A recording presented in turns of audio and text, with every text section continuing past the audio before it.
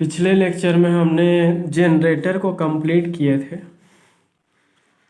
Generator की series complete होने के बाद आज मोटर देखते हैं, डीसी मोटर के बारे में। मोटर, ठीक है।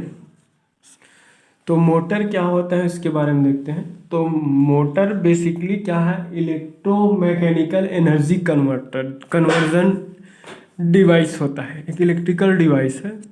कौन सा इलेक्ट्रिकल डिवाइस है? इलेक्ट्रोमैकेनिकल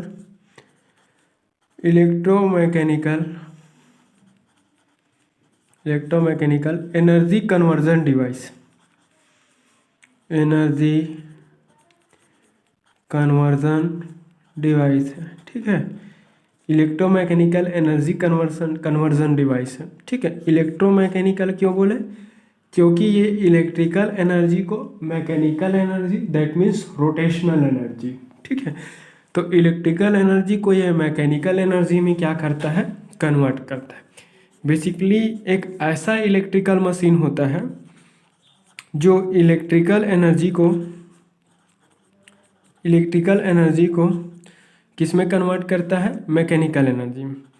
तो इलेक्ट्रिकल एनर्जी को मैकेनिकल एनर्जी में कन्वर्ट करने वाला जो इलेक्ट्रिकल मशीन है, उस इलेक्ट्रिकल मशीन को हम क्या बोलते हैं, मोटर बोलते हैं, ठीक है। अब basically on the basis of applied input electrical energy, ठीक है। अप्लाइड इनपुट इलेक्ट्रिकल एनर्जी के बेसिस पे मोटर दो टाइप का होता है। एक को क्या बोलते हैं, एसी मोटर, और दूसरा क्या है आपका, डीसी मोटर। ये मोटर है एक्सटर्नल अप्लाइड एनर्जी सोर्स की नेचर के बेसिस पे दो टाइप का। एक आपका एसी मोटर और दूसरा क्या है आपका डीसी मोटर। क्लियर हुआ? एक मिनट।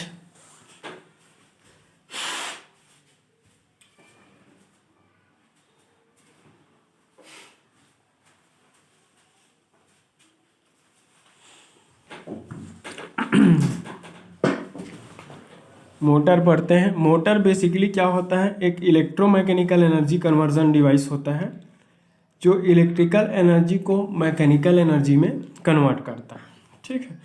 अब applied external input electrical signal की नेचर के बेसिस पर मोटर है वो दो टाइप। एक आपका क्या है, एसी मोटर, और दूसरा क्या होता है, डीसी मोटर, ठीक है। इफ अगर आपका ऐसा मोटर जो अप्लाइड एक्सटर्नल एसी सिग्नल पे ऑपरेट करता है और एसी इनपुट इलेक्ट्रिकल एनर्जी को वो मैकेनिकल एनर्जी में कन्वर्ट करता है, उस इलेक्ट्रिकल मशीन को हम क्या बोलते हैं, एसी मोटर बोलते हैं, ठीक है। तो एसी इलेक्ट्रिकल एनर्जी को मैकेनिकल एनर्जी में कन्वर्ट करने वाला इलेक्ट्रिकल मशीन एसी मोटर कहलाता है, ठीक है। और डीसी मोटर क्या है आपका, ऐसा मोटर जो applied input DC electrical energy को applied input DC electrical energy को मैकेनिकल एनर्जी में कन्वर्ट करता है, मैकेनिकल एनर्जी में कन्वर्ट करता है, ठीक है। तो ये अप्लाइड इनपुट इलेक्ट्रिकल एनर्जी की नेचर के बेसिस पे मोटर का दो टाइप, एक आपका एसी मोटर है और दूसरा क्या है, डीसी मोटर, ठीक है, ठीक है। तो ऐसा मोटर जो एक्सटर्नल इनपुट डीसी सिग्नल पे ऑपरेट करता है और एक्सटर्नल इनपुट डीसी सिग्नल को इक्विवेलेंट मैकेनिकल एनर्जी में, that means input DC electrical energy को मैकेनिकल एनर्जी में जो कन्वर्ट करता है, उस डिवाइस को हम क्या बोलते हैं, डीसी मोटर बोलते हैं, ठीक है। तो हमारा जो मशीन है, मशीन की अगर बात करें हम, सिंपल अगर मशीन की बात करें, डीसी मशीन की बात करें, तो बेसिकली क्या होता है, मशीन एक ऐसा इलेक्ट्रिकल डिवाइस होता है जो इलेक्ट्रिकल एनर्जी को मैकेनिकल एनर्जी में या फिर मैकेनिकल एनर्जी को इलेक्ट्रिकल एनर्जी में कन्वर्ट करता है, ठीक है। तो जो इलेक्ट्रिकल एनर्जी को मैकेनिकल एनर्जी में कन्वर्ट करता है, उस डिवाइस को हम क्या बोलते हैं, मोटर बोलते हैं। बट जो मैकेनिकल एनर्जी है उसको इलेक्ट्रिकल एनर्जी में कन्वर्ट करता है, उसको क्या बोल देते हैं हम, जनरेटर बोलते हैं। क्लियर हुआ? तो मैंने जनरेटर ले लिया। आज मोटर, अगर कंस्ट्रक्शन की अगर बेसिस पे बात करें तो जनरेटर और मोटर की कंस्ट्रक्शन है वो सेम होती है, ठीक है।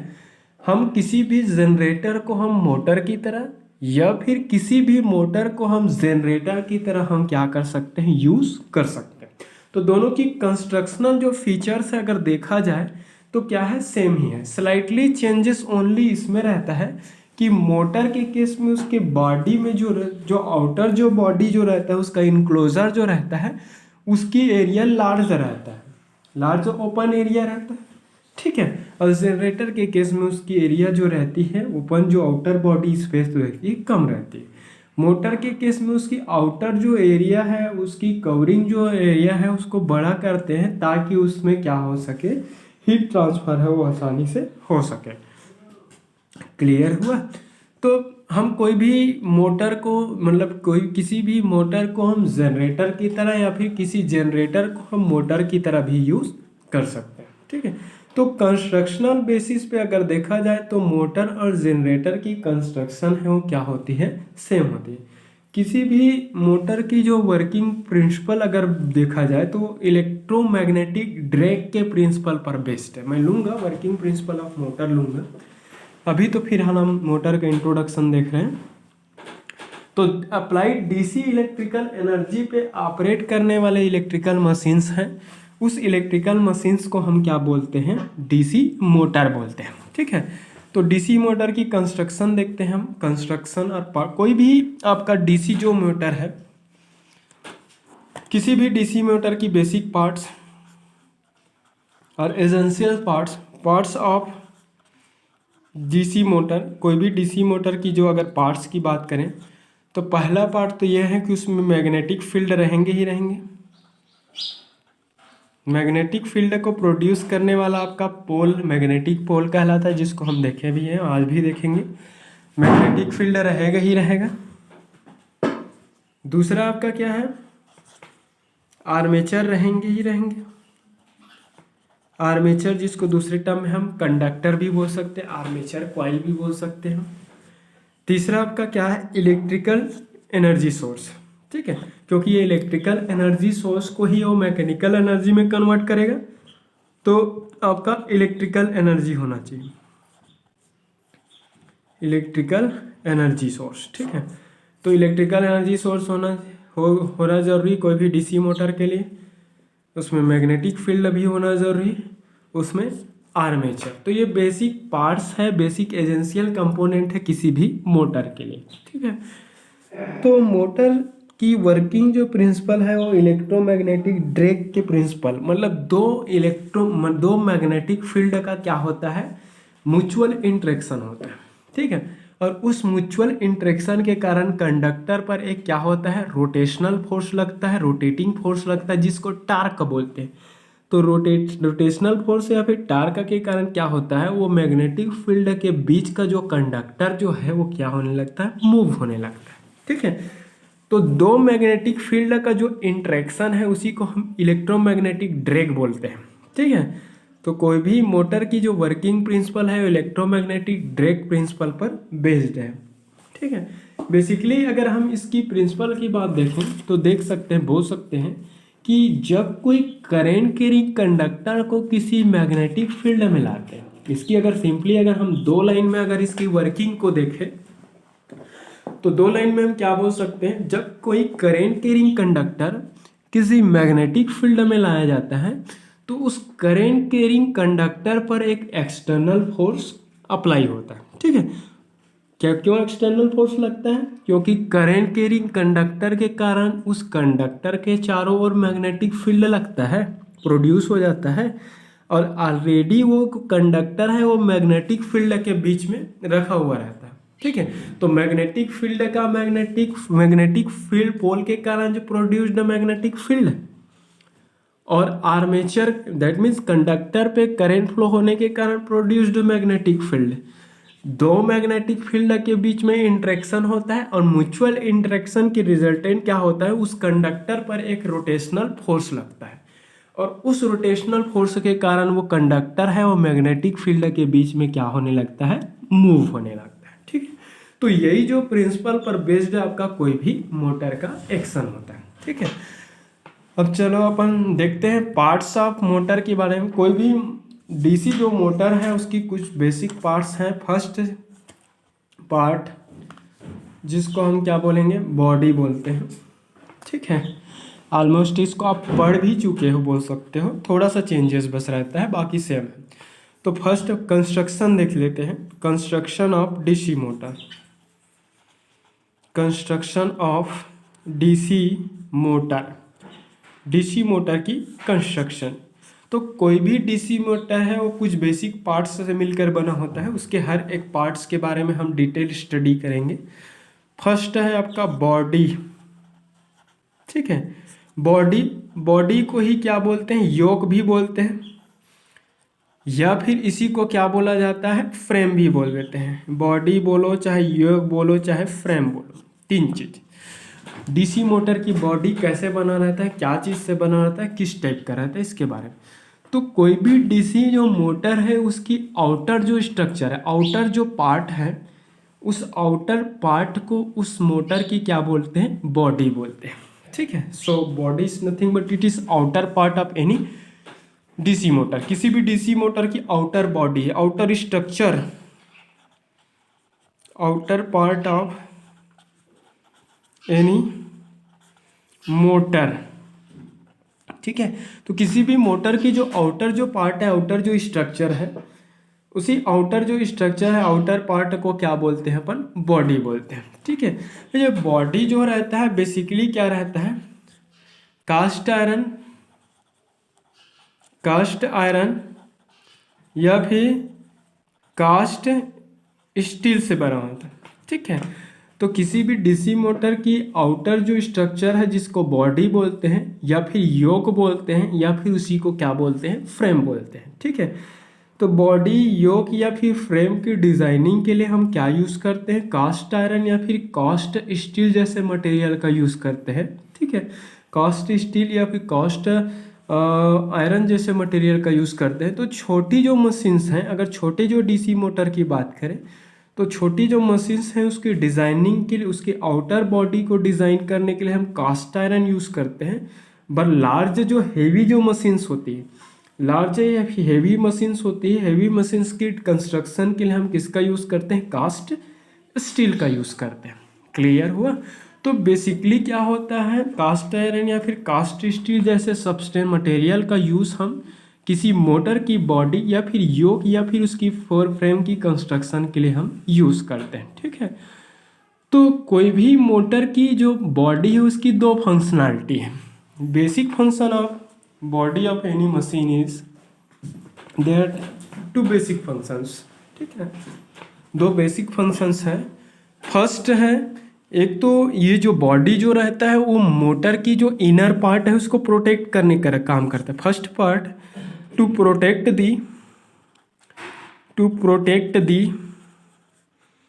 inner part of machine, to protect the inner part of machine न लिख के मोटर लिख सकते हो। ठीक है, तो मोटर की जो इनर जो पार्ट है, ठीक है, अंदर की जो भाग जो है वो इनर जो पार्ट्स हैं उसकी इनर पार्ट्स को प्रोटेक्ट करने का काम करता है। Second function is to provide path for magnetic line of forces, magnetic line of forces, magnetic line of forces भी बोल सकते हैं या फिर magnetic flux भी बोल सकते हैं। तो there are two basic function of body or frame of any machine or motor। Clear हुआ? To provide path for magnetic line of forces. ठीक है, अब मैग्नेटिक जो फ्लक्स क्रिएट होंगे उस क्रिएटेड जो मैग्नेटिक फ्लक्स है उसको पास होने के लिए प्रॉपर पाथ प्रोवाइड करने का काम कौन करेगा, बॉडी करेगा। तो बॉडी की दो फंक्शनैलिटी बताया मैंने। एक तो ये है कि बॉडी जो है वो मोटर की जो इनर पार्ट्स हैं, अंदर की जो भाग है, इनर पार्ट है, उसको प्रोटेक्ट करके डैमेज होने से बचाने का काम करेगा। दूसरा जो काम है उस मैग्नेटिक कॉइल में जनरेटेड जो मैग्नेटिक फ्लक्स है, उस मैग्नेटिक फ्लक्स है उसको पास होने के लिए प्रॉपर क्या करता है, पाथ प्रोवाइड करता है। तो कोई भी मोटर का सबसे आउटर जो लेयर है, आउटर जो पार्ट है, उसी को बॉडी बोलते हैं या फिर उसी को योक बोलते हैं या फिर उसी को फ्रेम बोला जाता है। ठीक है, तो बॉडी की दो फंक्शन बताया। एक तो बॉडी को डिजाइन करने के लिए कास्ट आयरन या फिर कास्ट स्टील मटेरियल का यूज करते हैं। स्मॉल साइज की मशीन्स हैं, स्मॉल साइज की मोटर है, उसकी डिजाइनिंग के लिए कास्ट आयरन। बट हेवी जो लार्ज साइज की जो मशीन्स होती है, मोटर है, उसकी डिजाइनिंग के लिए जो यूज करते हैं क्या होता है, कास्ट स्टील का। ठीक है, तो ये फर्स्ट पार्ट हो गया। मैं आपको नेक्स्ट लेक्चर में आज थ्योरी बता देता हूँ, उसके बाद फिर मैं डायग्राम के साथ लूँगा। अगर देखा जाए तो अगर आपको समझ नहीं आ रहा तो ऐसा टाइप का रहता है ये आपका।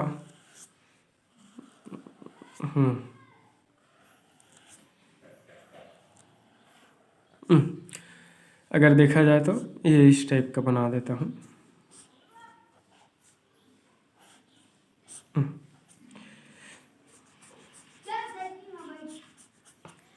ठीक है, ये आपका, ये जो आपका ये वाला पार्ट है, ये वाला, ये शेडिंग जो कर रहा हूँ मैं, शेडिंग जो पोर्शन जो है वो बेसिकली ये जो पार्ट है यही डिसाइड, यही आपका कोई भी मोटर की योक है, फ्रेम है बोल सकते हैं।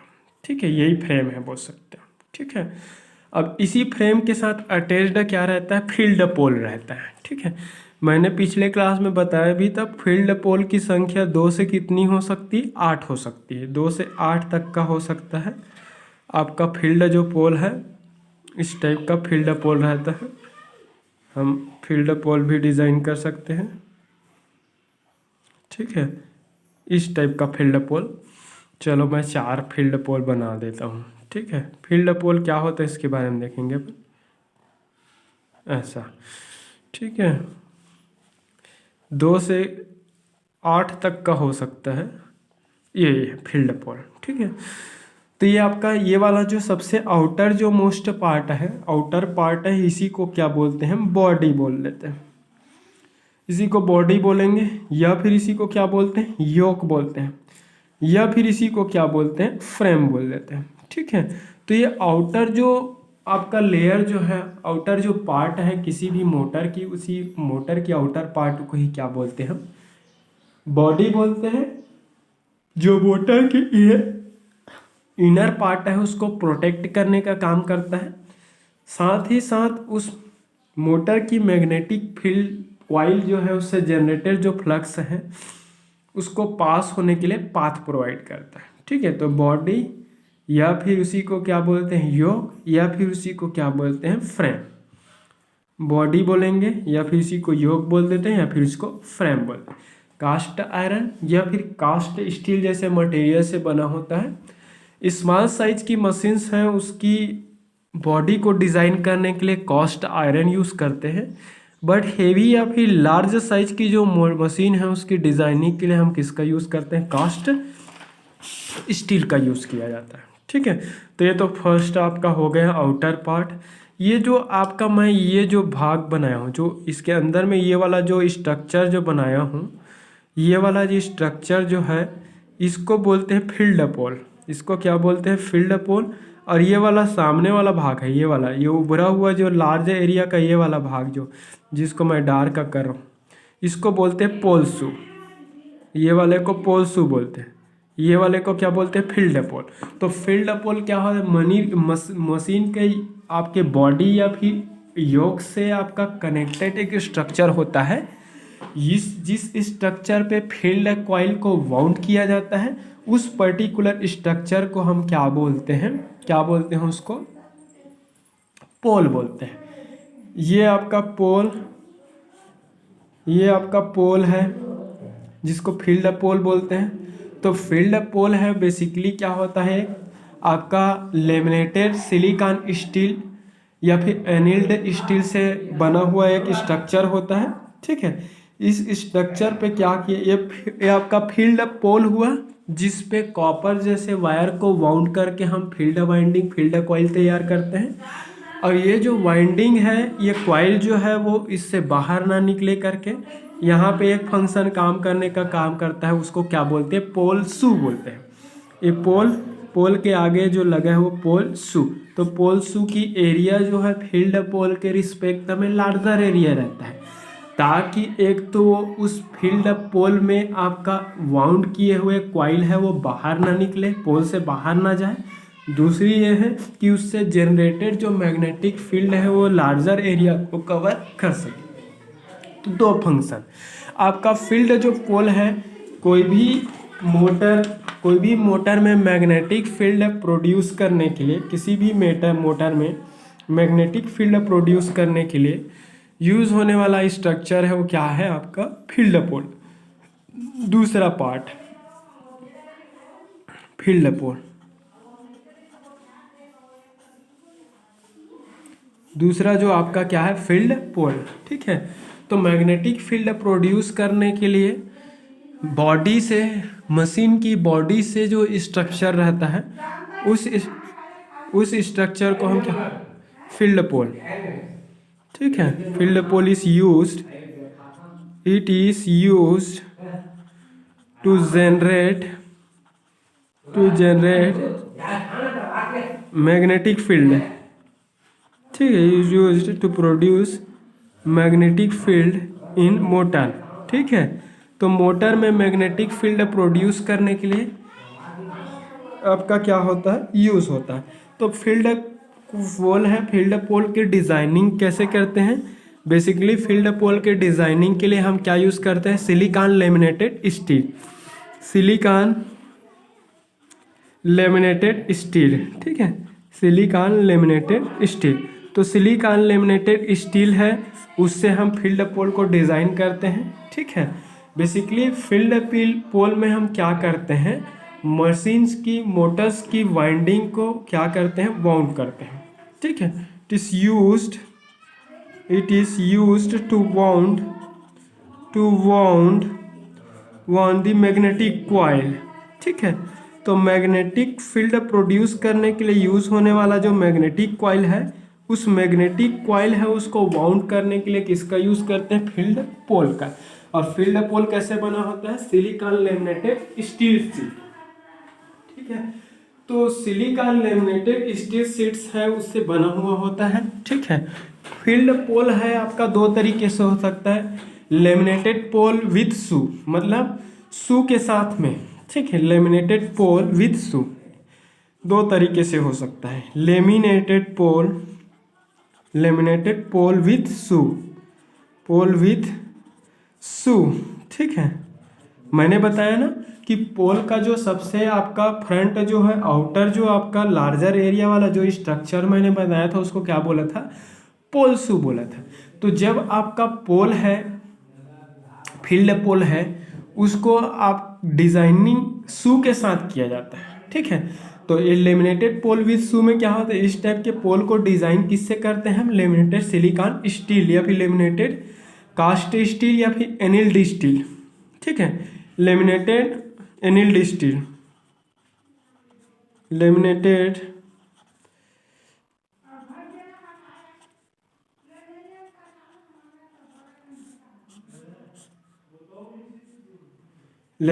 Cast steel. ठीक है, तो लेमिनेटेड कास्ट स्टील को क्या किया जाता है, लेमिनेट करके बनाया जाता है।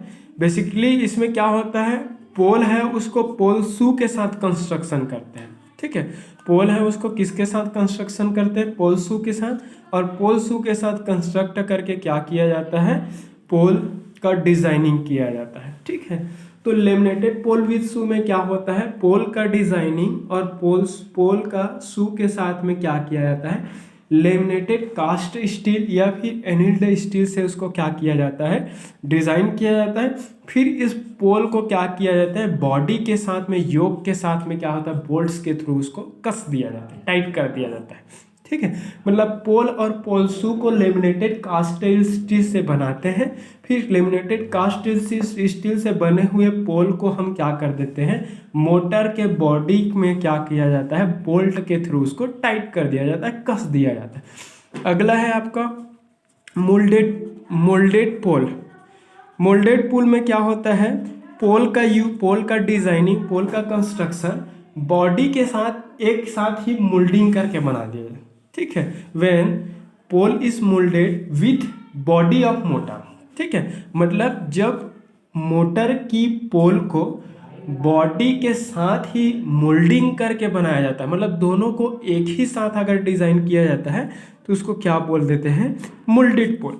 लेकिन पोल को बॉडी के साथ डिजाइन किया जाता है, तो पोल को बॉडी के साथ जब मोल्डिंग करके डिजाइन किया जाता है तो उसको हम क्या बोलते हैं, मोल्डेड पोल बोलते हैं। और मोल्डेड पोल में क्या हो जाता है, एक्सटर्नली पोल शू को क्या कर देते हैं, बोल्ट के थ्रू उस पोल में हम क्या कर देते हैं, टाइट कर देते हैं। मतलब पोल और बॉडी दोनों को मोल्डिंग करके बनाते हैं, बट पोल के ऊपर जो आपका पोल शू रहता है उस पोल शू को एक्सटर्नली नट बोल्ट के थ्रू उसमें क्या कर दिया जाता है, टाइट कर दिया जाता है, ठीक।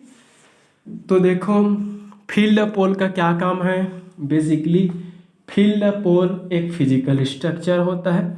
उस फिजिकल स्ट्रक्चर में वायर को वाउंड करके कॉइल डिजाइन करते हैं। बेसिकली ये फील्ड पोल का फंक्शन क्या है, उस मोटर में प्रॉपर मैग्नेटिक फील्ड को प्रोड्यूस करना। क्लियर हुआ। अब कंस्ट्रक्शन के बेसिस पे फील्ड पोल दो तरीके से, एक लेमिनेटेड पोल विथ शू, जब पोल और पोल शू को लेमिनेटेड कास्ट स्टील के साथ में डिजाइन किया जाता है, और इस लेमिनेटेड पोल विथ शू को फिर बॉडी के साथ में नट बोल्ट के थ्रू क्या कर दिया जाता है, टाइट कर दिया जाता है। दूसरा जो पोल होता है मोल्डेड पोल। मोल्डेड पोल में क्या होता है, बॉडी और पोल दोनों को एक साथ मोल्डिंग करके कंस्ट्रक्ट किया जाता है, फिर पोल के ऊपर पोल शू को नट बोल्ट के थ्रू एक्सटर्नली अटैच कर दिया जाता है। क्लियर हुआ। तो यह पोल शू का दो फंक्शन होता है, एक तो पोल शू की एरिया है उसको पोल के रिस्पेक्ट में लार्जर बनाते हैं। अभी अभी मैं बना के दिखाया था, आप लोग को दिखा देता हूँ। ये है, ये वाला भाग है, इतना वाला पोर्शन ये वाला है, ये इतना वाला भाग है, ये पोल है। ये फ्रंट वाला जो हिस्सा है ये वाला ऐसा जो ये वाला है, इसको बोलते हैं पोल शू। तो पोल शू की एरिया को पोल के रिस्पेक्ट में लार्जर बनाते हैं। एक तो ये है कि ये आपका ये वाला इतना वाला हिस्सा पोल है, ये वाला फ्रंट वाला जो हिस्सा जो लार्जर एरिया रखता है वो पोल शू है। तो एक तो इस पोल का फंक्शन ये है कि ये क्या है, इसमें वाउंड वायर को वाउंड किया जाता है, क्वाइल को वाउंड किया जाता है। तो क्वाइल जो वाउंड किया जाता है, ये वाउंड किया हुआ जो क्वाइल है एक तो इस पोल से बाहर ना निकले। तो पोल से बाहर ना निकले करने के लिए मतलब उस क्वाइल को पोल से बाहर ना निकले सोच करके उस पोल शू की एरिया को, उसकी साइज को लार्जर बनाते हैं। दूसरी फंक्शन ये है कि पोल शू की एरिया जब लार्जर होगा तो लार्ज एरिया में मैग्नेटिक फील्ड क्या करेंगे, कवर करेंगे। तो उस मैग्नेटिक फील्ड को स्प्रेड करने का जो काम करेगा वो लार्जर एरिया में मैग्नेटिक फील्ड है वो स्प्रेड हो सके, इस कारण पोल शू की एरिया को पोल के रिस्पेक्ट में क्या बनाते हैं, लार्जर। तो ये वाला फ्रंट वाला भाग ये पोल शू है, ये आपका पोल है, और इसी पोल में हम क्या करते हैं, इस प्राइस से वायर वाउंड किया जाता है। इस पोल में ही क्या किया जाता है, ऐसा कॉइल को वाउंड किया। तो कॉइल एक तो यहाँ से पोल से बाहर ना निकले, और दूसरा इससे जनरेटेड मैग्नेटिक फील्ड जो है वो लार्जर एरिया में स्प्रेड हो सके सोच करके इसमें पोल शू की एरिया को क्या किया जाता है, लार्जर बनाया जाता है। तो आई थिंक दोनों क्लियर हो गया होगा सबको, ठीक है। अगर क्लियर हो, देखो कोई भी मशीन में एक पार्ट बॉडी हो गया, दूसरा फील्ड पोल। फील्ड पोल क्या करेगा, मशीन के अंदर मोटर के अंदर मैग्नेटिक फील्ड प्रोड्यूस करने का काम करेगा। तो मैग्नेटिक फील्ड हम किसके थ्रू करते हैं, स्मॉल साइज की मशीन है उसमें मैग्नेटिक फील्ड प्रोड्यूस करने के लिए परमानेंट मैग्नेट का यूज़ कर लेते हैं, बट लार्ज साइज की जो मोटर है उसमें मैग्नेटिक फील्ड प्रोड्यूस करने के लिए हम इलेक्ट्रोमैग्नेट का यूज़ करते हैं। दैट मीन्स मैग्नेटिक कॉइल होता है, जैसे ही उस मैग्नेटिक कॉइल में इलेक्ट्रिसिटी का फ्लो होता है, इलेक्ट्रिसिटी फ्लो होने से उस मैग्नेटिक कॉइल के चारों ओर मैग्नेटिक फील्ड प्रोड्यूस हो जाता है। तो स्मॉलर साइज की मोटर में मैग्नेटिक फील्ड प्रोड्यूस करना है तो permanent magnet, but large heavy size की जो मोटर है उसमें मैग्नेटिक फील्ड अगर प्रोड्यूस करना है तो इलेक्ट्रोमैग्नेट का यूज़ किया जाता है। तो इलेक्ट्रोमैग्नेट के लिए कॉइल की आवश्यकता होगी, और उस कॉइल को वाउंड करने के लिए जिस फिजिकल स्ट्रक्चर का यूज़ करते हैं उसी को बोलते हैं फील्ड पोल। क्लियर हुआ। तो फील्ड पोल है वो लेमिनेटेड कास्ट स्टील से बना होता है, ताकि उसमें डी करंट और हिस्टेरिसिस जैसे लॉसेस है वो क्या हो सके, कम। जनरली फील्ड पोल्स की जो संख्या होती है मिनिमम 2 और मैक्सिमम क्या होगा, 8 होगा। फील्ड पोल की बेसिक फंक्शन क्या है, to generate magnetic field inside of a motor. Clear हुआ। तो मोटर के अंदर मैग्नेटिक फील्ड स्टेबलाइज करने का, जनरेट करने का जो काम करता है वही फील्ड पोल है। फील्ड पोल सिलिकॉन लेमिनेटेड कास्ट स्टील से बना होता है। क्लियर हुआ। पोल का जो आउटर जो भाग है, फ्रंट जो भाग है, सबसे बाहरी भाग है, उसको पोल शू बोलते हैं। पोल शू की एरिया, उसकी साइज है वो लार्जर होती है। लार्जर क्यों होती है, ताकि फील्ड कॉइल जो पोल में लपेटा हुआ जो कॉइल है वो पोल से बाहर ना निकले। दूसरी बात यह है कि उससे जनरेटेड मैग्नेटिक फील्ड है उसको लार्ज एरिया को क्या कर सके, कवर किया जा सके। ठीक है। थर्ड नंबर का आपका पार्ट है आर्मेचर। तो आर्मेचर के बारे में नेक्स्ट क्लास में डिस्कस करेंगे। थर्ड पार्ट क्या है आपका आर्मेचर। आर्मेचर जिसको कंडक्टर बोलते हैं, ये बेसिकली रोटेटिंग पार्ट है। जैसे कि मैंने मशीन बताया था, तो कोई भी मशीन की पार्ट को मैंने दो पार्ट में डिवाइड किया था। एक को स्टेटर बोला था, तो मोटर का वह पार्ट दो स्टेशनरी कंडीशन में रहता है, स्थिर अवस्था में रहता है, वो आपका क्या है, स्टेटर है। और जो मैग्नेटिक फील्ड के बीच में रोटेट करता है, मूव करता है, तो मूवेबल पार्ट है, उसको क्या बोलते हैं, रोटर बोलते हैं। It is a movable part, आप बोल सकते हैं it is a movable part of motor. Movable part of motor, motor की मूवेबल पार्ट, या फिर ये क्या है, रोटेटिंग पार्ट है, rotating part of any motor, rotating part of motor. तो मोटर की जो रोटेटिंग पार्ट है, मोटर की रोटेटिंग पार्ट को हम क्या बोलते हैं, मोटर की रोटेटिंग पार्ट को हम क्या बोलते हैं, रोटर। रोटर तो रोटेट कर सकता है, वो रोटर है। तो रोटेट करने का काम कौन करता है, आर्मेचर। और आर्मेचर कहाँ पर रहता है, कॉइल के बीच में। कॉइल मतलब फील्ड कॉइल। ठीक है। तो मैग्नेटिक जो फील्ड कॉइल है उसके बीच में जो आपका मूवेबल जो पार्ट रहता है, वो मूवेबल पार्ट है, उसको क्या बोलते हैं, आर्मेचर।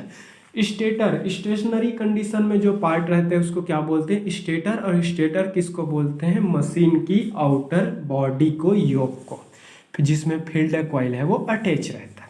क्लियर हुआ। तो आर्मेचर जो होता है, बेसिकली मोटर की आर्मेचर एक drum like cylindrical shaped drum like structure होता है, जो लेमिनेटेड सिलिकॉन स्टील स्ट्रिप्स से बना होता है। सिलिकॉन जो शीट्स होता है, लेमिनेटेड सिलिकॉन स्टील शीट्स होता है, उस शीट्स को क्या किया जाता है, स्टेकिंग कर दिया, आपस में उसको सबको रिवेट कर दिया जाता है, जोड़ दिया जाता है, जोड़ करके बनाते हैं। तो armature is nothing but it is a circular cylindrical drum like structure,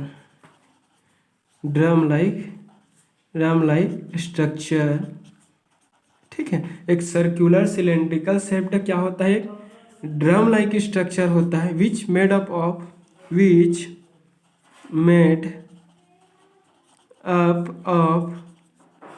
made जो कि बना होता है सब, which made of laminated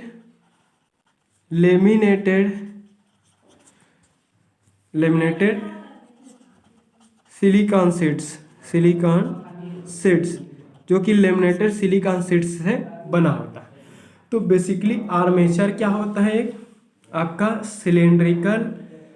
cylindrical drum like structure होता है, जो कि लेमिनेटेड सिलिकॉन सीड्स की रिवेटिंग करके, मतलब उसको आपस में पतली पतली लेमिनेटेड सिलिकॉन सीड्स रहता है, उस सीड्स को सर्कुलर सिलेंड्रिकल फॉर्म में क्या कर देते हैं, उसको रिवेट करके बना देते हैं। ठीक है। बेसिकली आर्मेचर जो ड्रम जो होता है, उस आर्मेचर ड्रम में इसमें कॉइल, आर्मेचर कॉइल रखने के लिए, आर्मेचर कॉइल को फिक्स करने के लिए इसमें क्या रहता है, स्लॉट्स रहते हैं। आर्मेचर कॉइल को फिक्स करने के लिए इसमें क्या रहते हैं, उसको रखने के लिए उसमें क्या रहते हैं, स्लॉट्स कटे होते हैं। ठीक है। In armature coil is placed, armature armature coils are placed in slots. ठीक है, तो आर्मेचर में आर्मेचर कॉइल्स रहता है और उस आर्मेचर कॉइल्स में जो स्लॉट्स रहता है उसी स्लॉट्स में किसको रख देते हैं, आर्मेचर कॉइल्स को रख देते हैं। क्लियर हुआ। तो आर्मेचर जो होता है बेसिकली क्या होता है, सर्कुलर सिलेंड्रिकल या फिर ड्रम लाइक स्ट्रक्चर होता है जो कि सिलिकॉन लेमिनेटेड सिलिकॉन शीट्स से बना होता है। और उस लेमिनेटेड सिलिकॉन शीट्स की जो आर्मेचर होते हैं उसमें स्लॉट्स रहते हैं, उसी स्लॉट्स में ही कॉइल को क्या कर दिया जाता है, प्लेस्ड कर दिया जाता है। तो स्लॉट्स की स्ट्रक्चर के बेसिस पर, on the basis of structure of slots there are three types of the armature. First is open armature, open type armature. तो ओपन टाइप आर्मेचर में क्या होता है, इक्वल विथ का जो स्लॉट्स हैं वो कटे रहते हैं, समान चौड़ाई की जो आपका ओपन स्लॉट्स रहते हैं। It has open slots of equal with तो समान चौड़ाई की आपका खुली जो स्लॉट्स रहते हैं उसी स्लॉट्स में क्या रख देते हैं, आर्मेचर कॉइल को प्लेस्ड कर देते हैं। ठीक है, मतलब समान चौड़ाई की आपका आर्मेचर का जो स्लॉट्स है वो ओपन कटा रहता है, उसी ओपन स्लॉट्स में ही आर्मेचर कॉइल को क्या कर देते हैं, वाउंड कर देते हैं, उसी में रख देते हैं। दूसरा आपका सेमी क्लोज्ड आर्मेचर, ये आपका ओपन आर्मेचर हुआ। दूसरा आपका सेमी क्लोज्ड आर्मेचर, तो सेमी क्लोज्ड आर्मेचर में क्या होता है, जैसे कि ओपन आर्मेचर में इक्वल विथ का स्लॉट्स कटा हुआ था, सेमी क्लोज्ड आर्मेचर में आर्मेचर ओपन्स रहते हैं बट स्लॉट्स की जो विथ है वो क्या रहता है, अनइक्वल। ठीक है, स्लॉट्स हैविंग अनइक्वल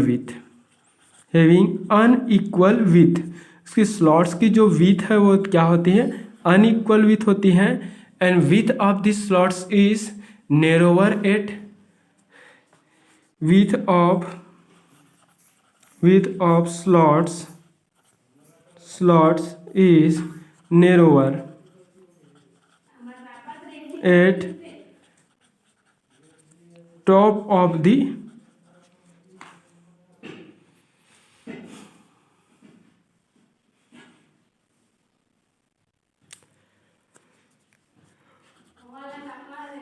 आर्मेचर। ठीक है, तो आर्मेचर का जो शीर्ष जो भाग है उस शीर्ष भाग में जो स्लॉट्स जो रहेंगे, स्लॉट्स का विथ ऊपर की ओर कम और नीचे की ओर क्या रहेगा, ज़्यादा है। ठीक है, ओपन स्लॉट्स में जो स्लॉट्स हैं उसकी विथ है वो इक्वल रहेगा। सेमी क्लोज्ड जो आपका आर्मेचर जो रहेंगे, सेमी क्लोज्ड आर्मेचर में आर्मेचर की स्लॉट्स का विथ है वो शीर्ष टॉप की ओर क्या है, स्मॉलर रहेगा और नीचे साइड की विथ है वो क्या रहेंगे, लार्जर रहेंगे। और तीसरा नंबर का जो विथ है वो क्या है आपका, क्लोज्ड आर्मेचर। थर्ड नंबर का आर्मेचर है वो क्लोज्ड आर्मेचर, और क्लोज्ड आर्मेचर में आर्मेचर का जो स्लॉट्स है वो ओपन ना होकर के क्या रहता है, आपका होल रहता है, आपका उसकी स्लॉट्स है वो होल शेप्ड होता है। और इस होल शेप्ड में आर्मेचर कॉइल को डायरेक्ट प्लेस ना करके उसी होल्स में आर्मेचर कॉइल है उसको क्या किया जाता है, वाउंड किया जाता है, उसी होल के थ्रू उसमें क्या किया जाता है, वाइंडिंग किया जाता है। ठीक है, तो ओपन शेप्ड आर्मेचर बोल सकते हैं या फिर ओपन स्लॉट आर्मेचर। दूसरा आपका सेमी क्लोज्ड आर्मेचर और थर्ड नंबर का क्लोज्ड आर्मेचर। तो क्लोज्ड आर्मेचर के केस में आर्मेचर का स्लॉट है वो ओपन में रह करके क्लोज्ड आपका होल लाइक आपका स्लॉट रहता है और उसी होल्स के थ्रू ही क्या किया जाता है, आर्मेचर वाइंडिंग को फाउंड किया जाता है। ठीक है, तो आर्मेचर का मतलब आर्मेचर कॉइल या फिर रोटर बोल सकते हैं। आर्मेचर किसी भी मोटर का रोटेटिंग पार्ट होता है जो कि circular cylindrical shaped drum like structure होता है जो सिलिकॉन लेमिनेटेड स्टील शीट्स से बना होता है।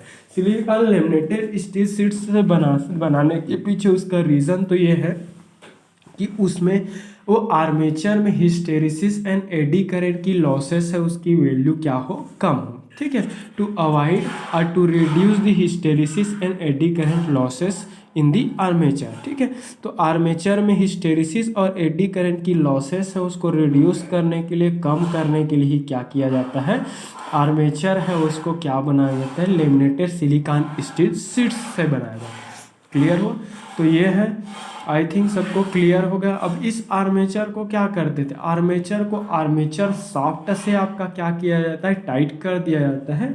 ठीक है, और शाफ्ट को बेरिंग के थ्रू हम बॉडी से अटैच करें, मतलब आर्मेचर को आर्मेचर शाफ्ट और शाफ्ट को बेरिंग के थ्रू क्या किया, बेरिंग के थ्रू हम उसके बॉडी से अटैच कर देते हैं। क्लियर हुआ? तो याद ये रखना कि मोटर के केस में एक्सटर्नल इनपुट इलेक्ट्रिकल एनर्जी को ब्रशेस के थ्रू कम्यूटेटर एंड कम्यूटेटर के थ्रू हम आर्मेचर को देते हैं।